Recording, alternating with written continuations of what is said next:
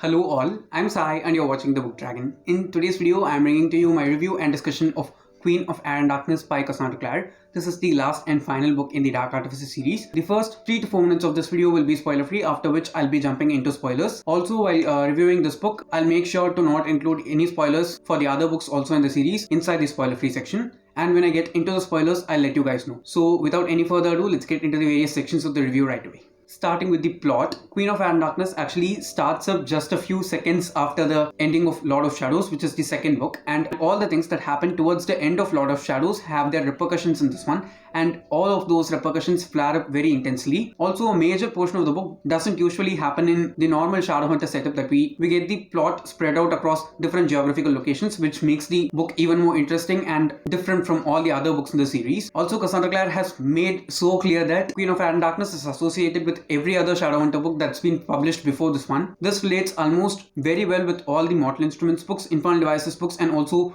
Tales from the Shadowhunter Academy. So if you're a person who by some chance started reading the Dark Artifices without reading the first 2 series, please do read them because they are very much crucial in order to understand Queen of Air and Darkness and enjoy it completely. Moving on to the characters, we follow the same cast of characters whom we followed in the first 2 books, and in addition to them we also get some characters from the previous series who come in here, and the role of each and every character is very crucial because everyone seems to be doing something in order to move the plot forward in very small scales, but as a result of all the small things put together, the climax of the book makes a lot more sense. If you ask me, the whole plot of the book itself is dealt only by small subplots which happen with different characters across different regions, since the plot is spread across different regions geographically, and when all these characters work on different things and succeed in the things that they are doing or not succeed in the things that they are doing, the results of them obviously affect the main plot also. So if you ask me, the character work in this one is really good, especially the Blackthorn siblings have been written really well in this one by Cassie, and apart from that, the development of the characters from the previous series whom we see in here is also properly done so that they don't seem boring or very different from whom they used to be. Moving on to the world building, we see a lot more different regions inside the world being explored by the author in this one. Especially a huge portion of the story in the Dark Artifices itself takes place in the land of the fairies, and in this one specifically we see both the Seelie Court as well as the Unseelie Court. In the previous series we are only shown the Seelie Court and not at all even a glimpse of the Unseelie Court. Only in the Dark Artifices we get to see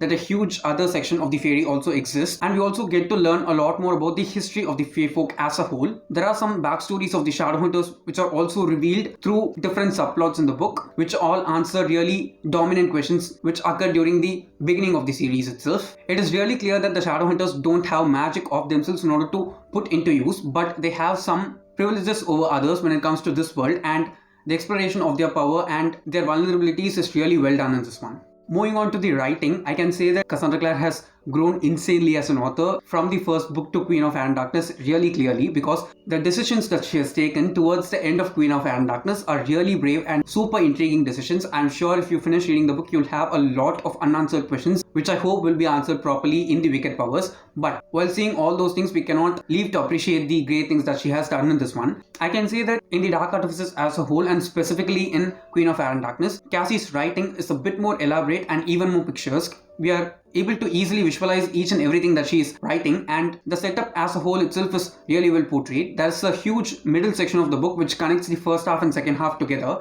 and the way in which she has written it and experimented with such a different thing from which she usually writes was, and also that variation which she provided added on a different layer to her writing.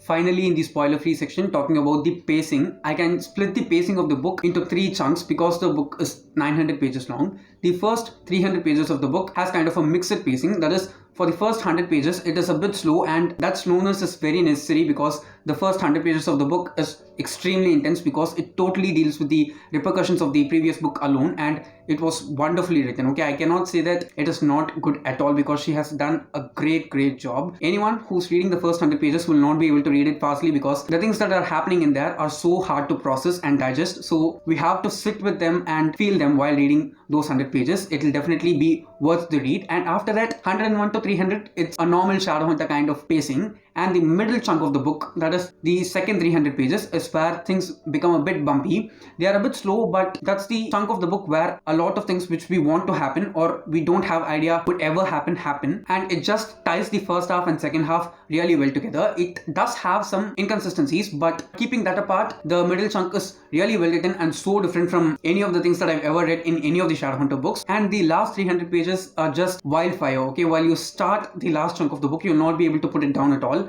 I think I read the last chunk of the book in just a single sitting. It was just so awesome. So definitely the pacing is not great, but for such a huge book, with the decisions that she took, Cassie has just maintained the pace really well. And obviously I rated this one 5 stars. If you want to get reviews for any of the other books in the series, you can find them all down in the Shadowhunter playlist that I've linked. And that's it for the spoiler free part. Now I'm going to get into the spoilers. I want to start the spoilery discussion with Robert and Livy's funeral. Okay, it was so too much, guys. Okay, the exploration of grief itself in the first 100 pages of this book was so extremely well done by Cassie. It was too sad and very, very depressing to read those first 100 pages. I can say that those were the 100 pages which I've read the slowest in this entire book. It's a 900 page book. Okay, the last chunk of the book was so fast for me, but these first 100 pages, they took a lot more time and a lot more energy. I was not able to read it continuously at all. I'll read like 1 or 2 chapters and keep the book aside because I'll not be able to continue on with it, because everyone is so depressed and so sad, and they are grieving Livy in their own way. In the funeral scene, especially when the Silent Brothers are actually carrying both their bodies with their eyes covered with the white silk, and when Tai actually climbs upon Livy's pyre, all those things were like just way too much. And seeing Alec and Izzy crying there, and Magnus being by their side, and Simon also being by their side, all those things were really well done by Cassie. It just felt like each and every character who needs to be there is present in that funeral except Clary and Jace. If they had been there, it would have been just completely perfect in the first go itself. And Gia's speech also in the beginning of the funeral was something which was really well written by Cassie in this one. The choice of words that she has used in order to convey the emotions of all these siblings towards the loss of Livy, and especially Julian has lost all his emotions, right? Because he has asked Magnus to take away his emotions. So that cold side of him, which is struggling to feel the emotions but not being able to at all, also is really well shown here. The dilemma of Emma and how she also grieves Livy just like she lost her own sister, all those things were too much to read. Okay, for a young adult book, I thought that this was adult level description of grief, so that felt like a little drawback to me, but as a whole I just experienced those first 100 pages to my heart completely. The cherry on the top of these 100 pages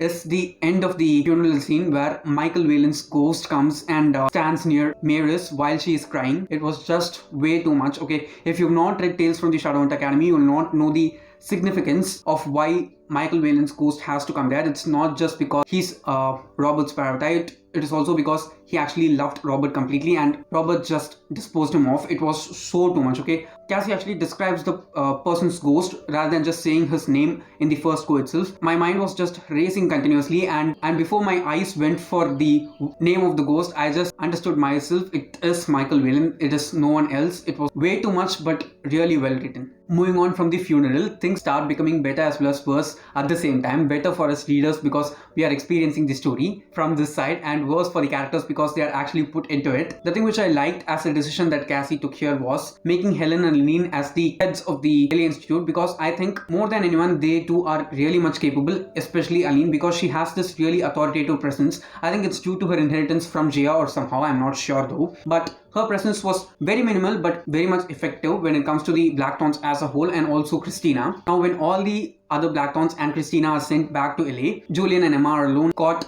in Idris itself, and what we get to know is a bit devastating because Horace Lagon finally knows about Julian and Emma because Robert has kept records of all the things that he's about to face in the upcoming days. I'm just not able to believe that because it is a really sensitive issue, and Robert is one of those people who knows how bad it can get because he has had his parasite falling in love with him. That seemed a bit inconsistent for me in the character of Robert, but the story has to move on, so I accepted it and went forward. And when he actually placed them on the suicide mission in order to go to the Phalanx and do everything, it was so much insane. Okay, I was not at all able to take it in any way. While they come back and they don't tell it to anyone else because it needs to be kept as a secret, they are telling it to Simon and Izzy alone, and Simon and Izzy being themselves I think that is the only point where Simon and Izzy are actually shown focused in the story. Throughout the other parts of the book, they are just like some cardboard cutouts of people. Instead of writing about Simon and Izzy, Cassie could have just said that they are there, okay? Because they were just there. They didn't do anything at all. That bummed me a lot because they are my most favorite couple. Also, Jace and Clary being stuck in Fairy, having gone to the mission because of their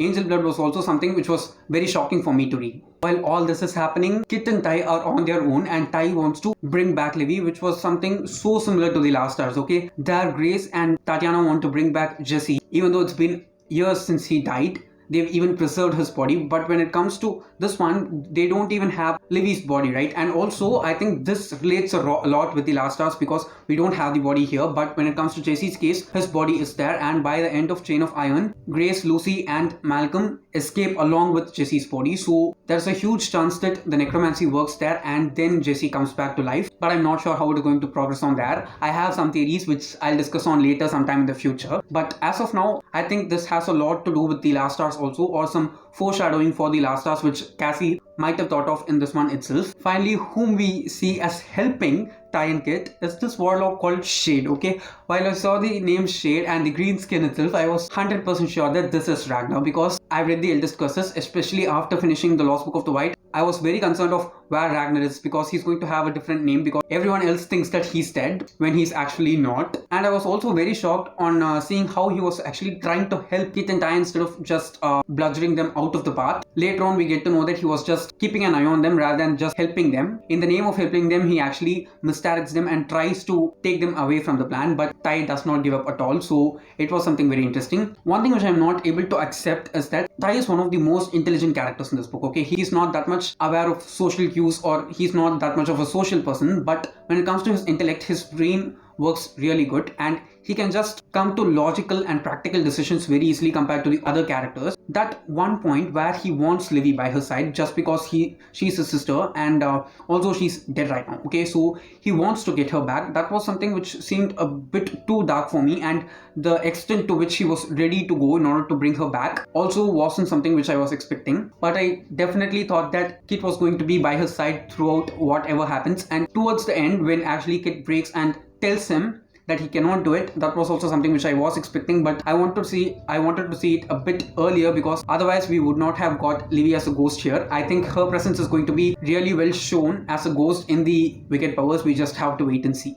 Moving on to the other section of the story, we have Kieran in the Scholarmans along with Diego, Divya and one other Centaurian who's Diego's friend. They are all trying to protect Kieran from all the other members of the cohort as well as the other members of the Scholarmans itself, because everyone is against the fairies now and he's the only fairy who's at threat because he's in their presence. And also the way in which he's tortured, that was way too much, okay? I wanted Zara to just fall into that pond water and suffer because I'm sure she might have been one of those people who would have died for sure if she had fallen into that water. I wanted to see a very horrible end for her in this one, but Cassie just took it away from me. I was so annoyed on not seeing that character going through hell in this book, but I do think it's going to be even worse in the next series. While talking about Kieran, we cannot just leave the love triangle, right? Kieran, Christina and Mark are the only sizzling love triangle in this one because we don't get any other active love triangle throughout the series except these three people, and also the chemistry between them is really well organized by Cassie such that it is really nice, but it does not cross a line at any point. They are very understanding with each other, all the three of them, and the extent to which they care about the comfort of the other two people was really stunning to read, because I felt that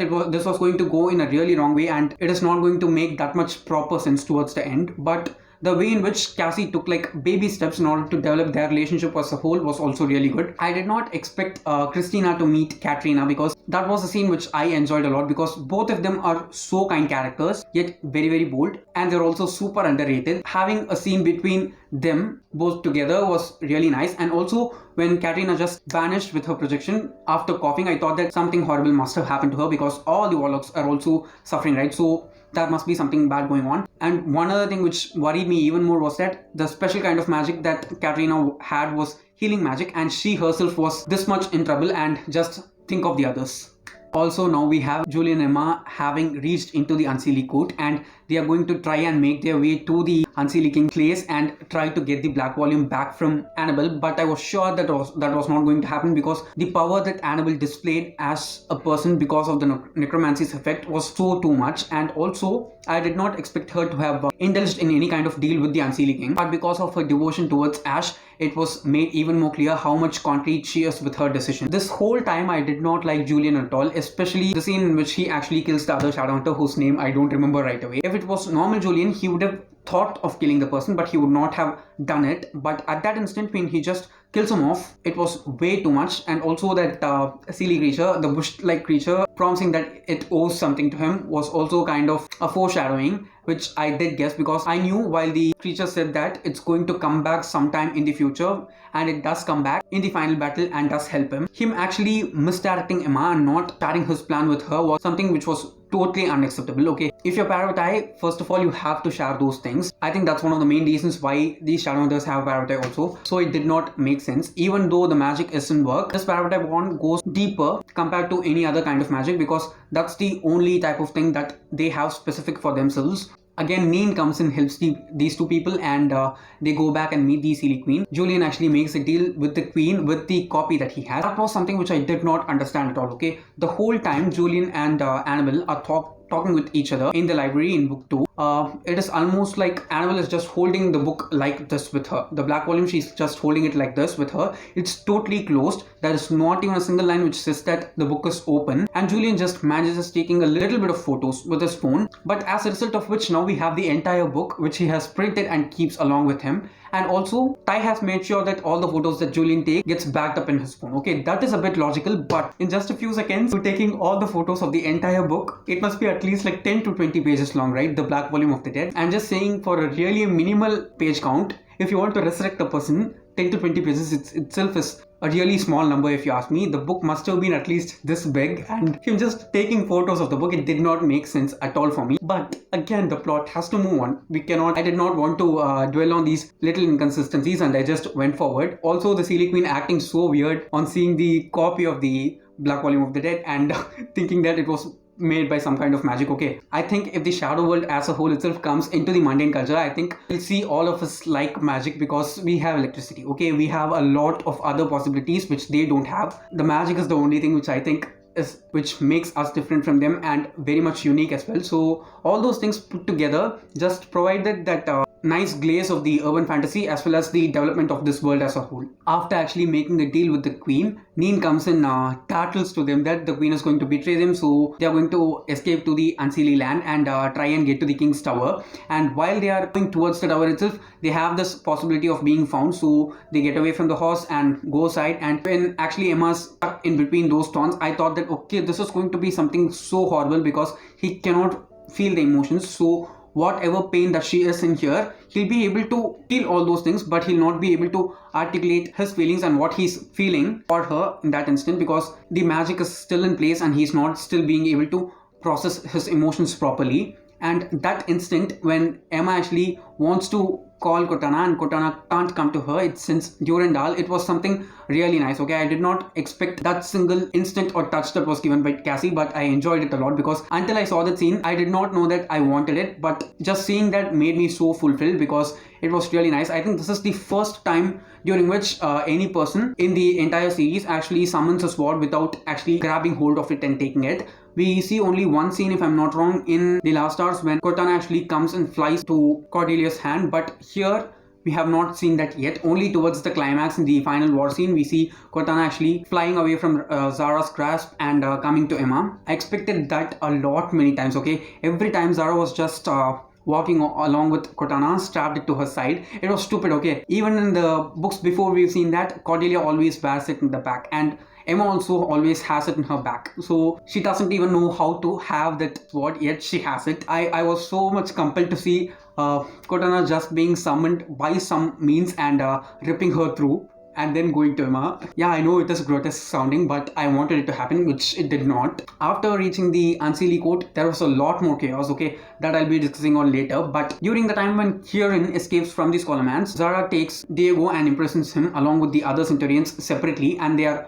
not even given that much food, and their steles are taken out. So basically they don't have power and they are being weakened slowly. In the meantime, Jamie, who's Diego's brother, is also caught and he's put into the same cell with Diego, beaten up and tortured so bad, and since they don't have this stele, they can't heal him also, so he's going so bad. I like the brother-brother dynamic of Diego and Jamie also in this one a lot more, because that is the only brother relationship which I actually saw. When it came to Jace and Alec, it did not feel like a brotherhood for me because they were parabatai, okay? They have this actual connection which is running on, but when it comes to the brothers, it's just the blood, okay? It's the sibling bond and that empathy that you have for the other person. It was really well portrayed by Cassie using those two characters in this one. Even after Emma and Julian managed to escape and make their way into the tower, they are caught and imprisoned, and that's the time when they meet Jace and Clary. At the same time, what's happening is Kieran, Christina and Mark are trying to get into the Phalanx using the chain that Christina has, and they make their way through. They are also caught there because of things which are happening.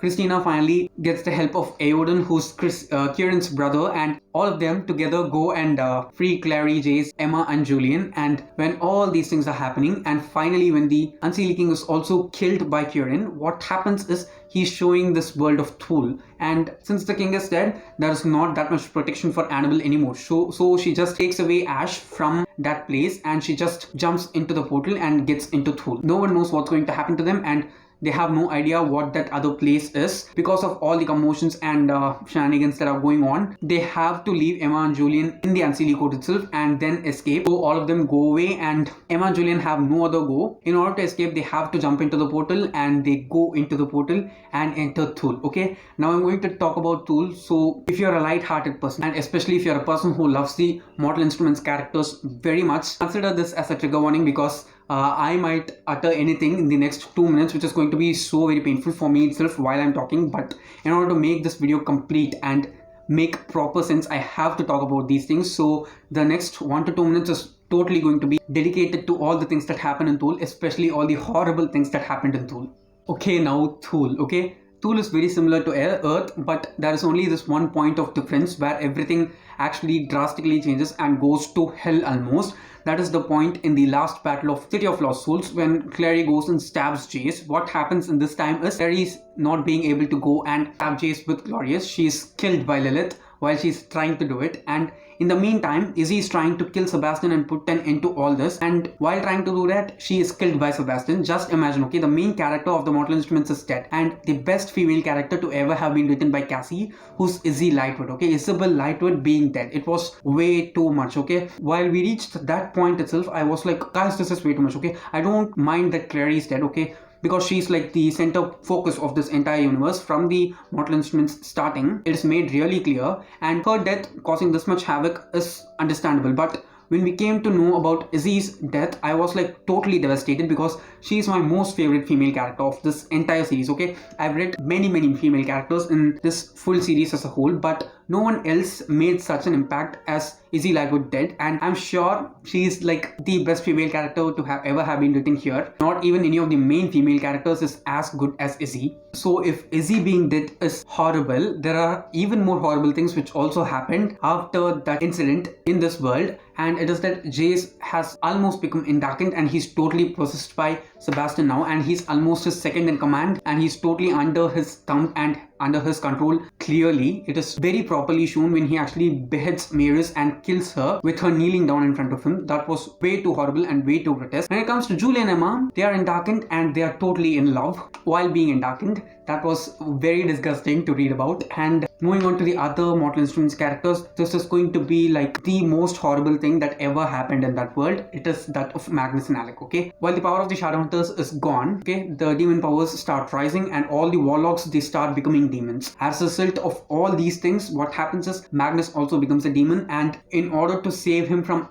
any other person, Alec has to kill Magnus, okay. So he kills him and then he kills himself and dies, okay. That is the most tragic ending that Mal could ever get, and all these things just made that world suck so very hard, and I was totally pissed off. Why are you giving us such a horrible world in this huge book, okay? And especially Thule actually lasts for at least 100 to 200 pages. If we think that this is the only amount of bad stuff that has happened in this world, it's definitely not the right thing, because even worse things have happened. The Blackthorns are totally dead now. Only Livy is the person who's living. Okay, in our world, Livy is the only Blackthorn that is dead, but when it comes to Tool, she's the only survivor of all the Blackthorns. Her three younger siblings, including Tai, have all died in front of her eyes, and her brother has turned into an Endarkin in order to help and save the other kids. So all those things were super horrible to read about. But one good thing which lasted despite every other thing was Tessa actually surviving. Okay, since she's not completely a warlock, since she's not completely a Shadowhunter either, she has not lost her abilities. She still has the magic, and Church is with her right now. Jem is also dead because he was the silent brother. He had not yet become Jem. He's still Zachariah. And while trying to guard the Silent City, all the Silent Brothers have died, including Jem. So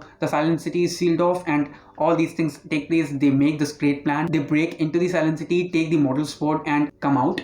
And while all these happened, Emma actually killing Sebastian was really nice, because she did not find the revenge that she took on Malcolm to be satisfying enough at all for her. But when she finally went forward and killed Sebastian, I think that finally quenched some of her thirst for vengeance in this one. Also, Julian has totally lost the ability of that magic, keeping his emotions suppressed in this world, which was also really clearly shown. His understanding and talks with Livy in this one were very emotional, and finally when Livy decides not to go with him, she's been in the same state of mind from the beginning itself, but she finally saying it to him and giving a letter to be passed on to Tai. That was also super awesome. Okay, and finally what happens to the letter we all know. Tai uses that as an object from another dimension and tries to resurrect her, which all backfires and goes very wrong. But as a whole, this Tool experience itself is like a huge load of bitterness, in the core of which there is a small drop of honey, and that small drop of honey is the thing which we need in order to progress on with the story. So we do go forward and take it and just go forward. It was super awesome. The cure for the Warlock's sickness is also known in the other dimension only, where Tessa actually says that Lakeland's water can cure the warlocks and also the blight that's been spread by all the association of the cohort and the unseen leaking. So all these things were really awesome. After this much bloodshed and bloodbath, we finally come back out of Thule into the LA Institute itself. And the most interesting part is that they occur just a few seconds, if I'm not wrong, after Kieran, Mark and Christina get to the LA Institute. It's almost like time travel, this interdimensional travel has been. So when they return back, they tell everything about everything to everyone, and finally, Gwen and the Wild Hunt help them in order to take Lakeland's water out without setting their steps inside the lands of Alicante. And finally, at last, the Lakeland water is being distributed silently to all the warlocks, and all of them are recovering slowly. And this registry of the Downworlders is also being properly managed, at least in the Alien Institute, if I'm not wrong. And all those things were super awesome to read. And especially when the cure for the warlock sickness was revealed, I was sure that okay, now we are going to get Magnus and everything is going to be back to normal, because everything that has happened horrible in this series has happened exactly in the absence of Magnus. Okay, it's either because Magnus could not reach that place in that particular time, or he has chosen not to go there. These are the only two reasons why most of the horrible things happened. The inclusion of the Mortal Instruments characters in this one is something which made this book complete for me, if you ask me personally, because without them, I don't think this huge other beautiful layer for the story might have been born at all. Especially Jason Clary and Clary's visions and her importance that was shown through Tool all added a lot more substance to the entire world itself. And also we're getting to see Magnus and Alec being parents to these two children, and them being the same people they are. Okay, Alec is the same person in the relationship and Magnus is the same person in the relationship. They have grown, but they have not changed from whom they are. All those things were really awesome. Okay, especially when Magnus is almost recovering and he tells Alec that it must be the hallucination, that's why I'm seeing 7 of you, which is my fantasy. Okay, on seeing that dialogue itself, I was sure, okay, Magnus is back to normal, everything is going to be back to normal. And that's when they start planning. They gather all the Downworlders and Shadowhunters, talk to them about this ruse that's going to be played in between the cohort and the Unseen King, and Julian's plan in order to manipulate them completely. All those things were really well laid out.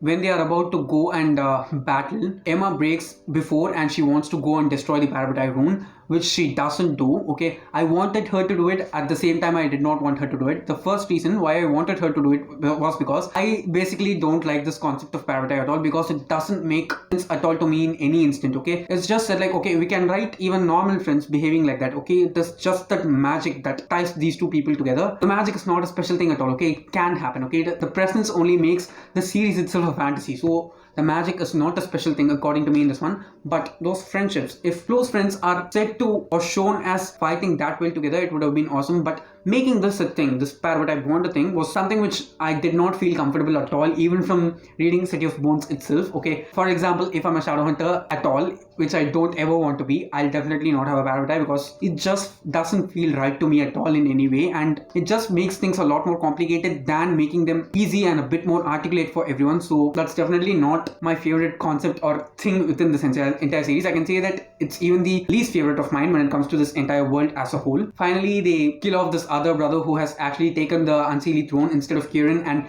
Kieran becomes Kieran King's son, okay, and he saves everyone by taking them into the Unseelie world and protecting them, while Julian and Emma have actually turned into these huge burning Nephilim. Okay, there was also this other thing which I was not at all able to accept. First, the concept of these two people growing this huge was itself too flimsy for me. It was like Cassie saying, I don't know what to do, so I'm doing this one right now. I did not like that decision and I just stand by it. The even worse thing was that how they recovered from that effect of heavenly fire in their body even after that huge amount of time. Okay, even when we see in City of Lost Souls heavenly fire as well as Clockwork Princess, when Tessa and Jace have heavenly fire actually flowing through their body, their bodies cannot take it at all. Jace, who has a lot more concentration of angel blood in his body, itself suffers for a lot number of days until it completely leaves his system. And when it comes to Tessa is also suffering a lot because she's also partly a downworlder and she has actually become the angel and then come back to her human form. That also takes a huge toll on her body. When it comes to Julian and Emma, there is nothing that happens bad at all. Okay,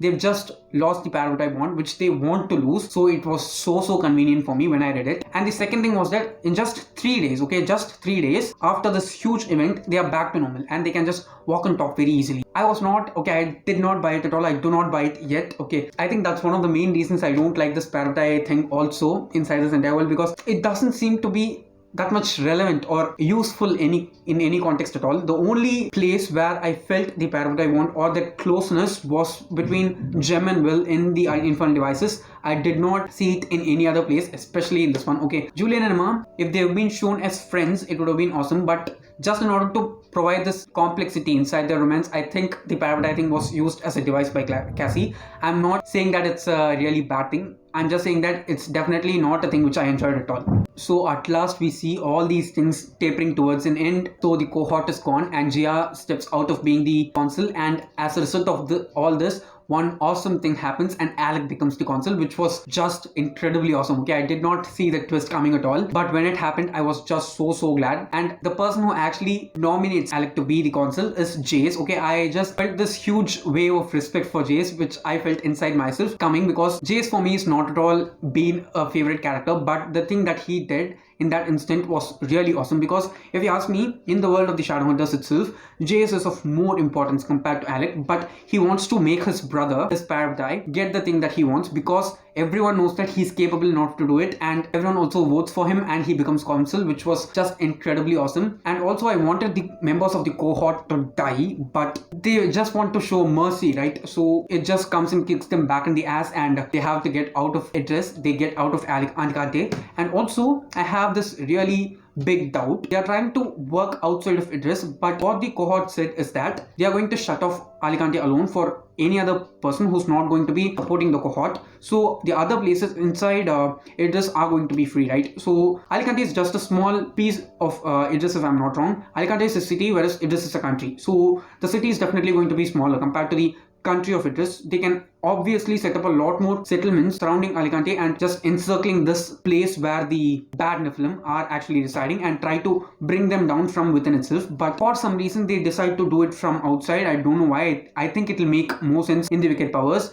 Also, we don't know where the actual headquarters of the Nephilim is anymore. It used to be Idris, but now it's not. So I think it's going to be developed further on. I'm just waiting to see how Alec is going to do all these things, because I'm definitely sure he's going to be really good at it, because he's a strategist and I'm sure he will do things really well, especially with Magnus by his side. And the cherry on top of this book, okay, was the wedding at last. Okay, obviously it's the end of a Shadowhunter series, which means there's going to be a wedding, and this is the simplest but most perfect wedding that that has ever been written by Cassie, and I'm sure many people have been waiting, okay, including me. I was waiting to see the scene in which Magnus gets married, and he does in this one, okay. It just happens impromptu and they just get married within like an hour or so, and it was just so beautiful, guys. I just loved that entire scene with each and every main character there and this happening. It was so beautiful, and it just felt like my family event, okay. It just felt like that for me, and I can just honestly say I was so happy for Magnus that while I finished the book and closed it, especially the wedding scene, I was actually with tears because I just felt so happy for Magnus, okay. You all know how much I love Magnus, and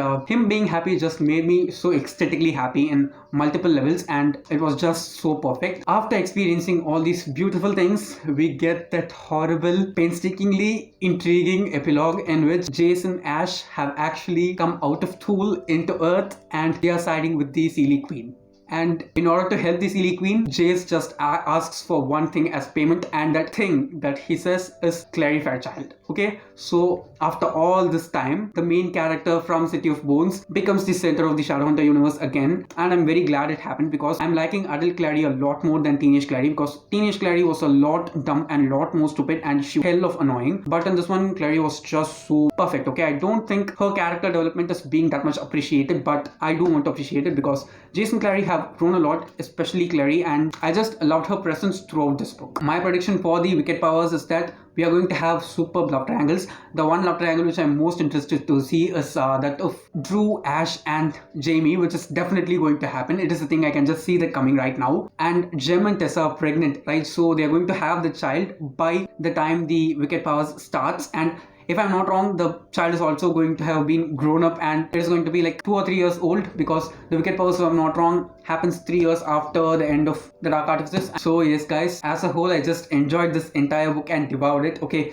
It was a book which made me happy, sad, nostalgic and very proud, okay. I don't know why I felt proud, because each and every time I read something very mind-blowing about the Mortal Instruments characters, it just made me feel so proud. It just felt like I was reading about my friends who have done like awesome things, which doesn't make sense at all, I can understand, but it just felt like that to me, and I just enjoyed the entire experience, and I can't believe that I have to wait for at least 1 year in order to start the next series in this wonderful world. And with everything that happened here, the pitch for the next series is insanely high, so let's just wait and hope that it's going to be awesome. And that's it for today. If you did enjoy watching today's video, don't forget to give it a thumbs up and also share it to your friends. If you want to get more content from me, do subscribe to the channel because I publish new videos every Tuesday, Thursday and Saturday. Thanks for watching and have a great rest of your day.